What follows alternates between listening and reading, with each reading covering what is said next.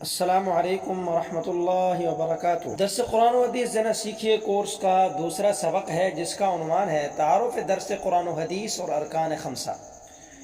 الحمدللہ درس قرآن و حدیث دینا سیکھیے کورس کے پہلی ویڈیو میں ہم نے آپ کو اس سفر کا تعارف کرایا اور عرض کیا تھا کہ 10 اسباق پر مشتمل یہ کورس آپ کے سامنے عرض کیا جائے گا۔ آج ہم کورس کے دوسرے سبق کی طرف بڑھ رہے ہیں جس کا عنوان ہے تعارف درس قرآن و حدیث اور ارکان خمسہ۔ یہ سبق اس لیے اہم ہے کہ ہر کام کی بنیاد اس کے اصول اور ارکان ہوتے ہیں۔ جس طرح نماز کے کچھ ارکان ہیں، حج کے کچھ ارکان ہیں، اسی طرح قرآن و حدیث کے درس کے بھی کچھ بنیادی ارکان ہیں۔ اگر یہ ارکان واضح نہ ہوں تو درس ادھورا اور غیر مؤثر رہتا ہے۔ اس ویڈیو میں ہم آپ کو نہ صرف یہ ارکان بتائیں گے بلکہ ہر ایک پر مختصراً روشنی ڈالنے کی بھی کوشش کریں گے تاکہ آپ جب خود درس کے میدان میں قدم رکھیں تو آپ کے ذہن میں ایک مکمل نقشہ اور ترتیب موجود ہو۔ وہ 5 ارکان یہ ہیں: مدرس، آداب، ترتیب، اقسام اور مواد۔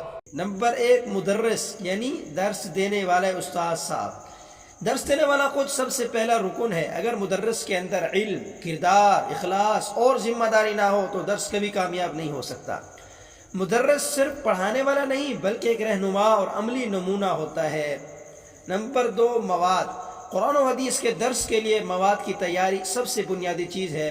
مواد کس طرح منتخب کیا جائے، کون سی تفاسیر اور شروع سامنے رکھی جائیں، کس طرح مواد کو ترتیب دے کر پیش کیا جائے تاکہ سننے والے کو بات سمجھنے میں آسانی ہو، یہ سب تفصیل سے انشاءاللہ آپ کی خدمت میں عرض کیا جائے گا۔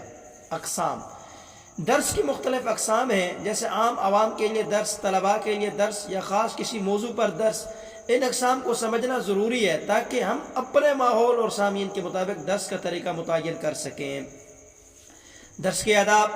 درس کے کچھ آداب ہیں جو مدرس اور سامعین دونوں پر لازم ہیں۔ مثلا درس سے پہلے کی نیت، وقت کی پابندی، قرآن کی تلاوت اور دعا، مجلس کا احترام، یہ آداب درس کو ایک روحانی فضا ماحول میسر کرتے ہیں۔ آخری چیز ہے ترتیب۔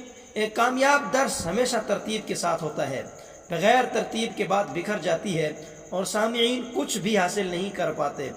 ہم آپ کو بتائیں گے کہ درس شروع کرنے سے پہلے کون سے آداب ہیں، یعنی حمد و صلات پڑھنا، اما بعد آیات کی تلاوت، آیات کا ترجمہ اور اس کی تفسیر، آخر میں آیات کا خلاصہ تاکہ پوری ترتیب مرتب ہو جائے، اور پھر شان نزول، آخر میں سوال و جواب اور عمل کی ترغیب بھی ساتھ میں شامل ہونی چاہیے۔ اس سبق کا مقاصد میں سے ہے آپ کو یہ بات سمجھانا کہ درس دینا صرف بولنے کا نام نہیں بلکہ ایک مکمل فن ہے۔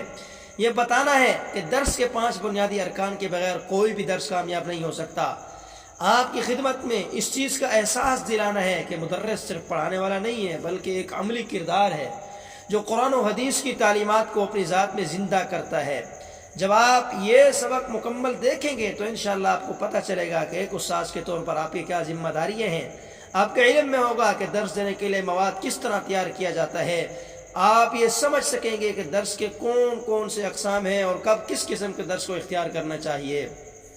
آپ درس کے بنیادی آداب، ترتیب سے واقف ہوں گے جس سے آپ کے درس میں اعتماد، روانی اور انشاءاللہ العزیز اثر پیدا ہوگا۔ یہ کورس صرف نظری باتوں پر مبنی نہیں ہے بلکہ اس کا مقصد ہے کہ آپ کو درس دینے کے عملی میدان میں تیار کیا جائے۔ ہم چاہتے ہیں کہ ہمارے ناظرین صرف سننے والے نہ رہیں بلکہ وہ خود بھی قرآن و حدیث کے پیغام کو آگے پہنچانے والے بنیں۔ نوٹ بک اور قلم ضرور ساتھ رکھیں تاکہ اہم نکات آپ فوراً نوٹ کر سکیں، اور ان تمام اسباق کو آپ غور سے اور آخر تک دیکھیں گے کیونکہ ہر اگلا سبق پچھلے سبق کے ساتھ جڑا ہوا ہے۔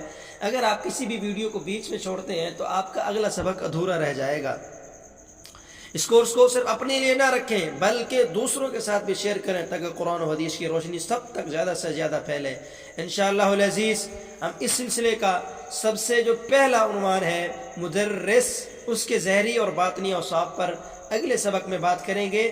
ہم یہ دیکھیں گے کہ ایک استاذ کی ظاہری اور باطنی شخصیت کس طرح درس پر اثر ڈالتی ہے اور سامعین کے دلوں کو کس طرح مؤثر اور متاثر کرتی ہے۔ اس کے لیے تیار رہیے، انشاءاللہ العزیز اگلی ویڈیو میں آپ سے بات کرتے ہیں۔ السلام علیکم ورحمۃ اللہ وبرکاتہ۔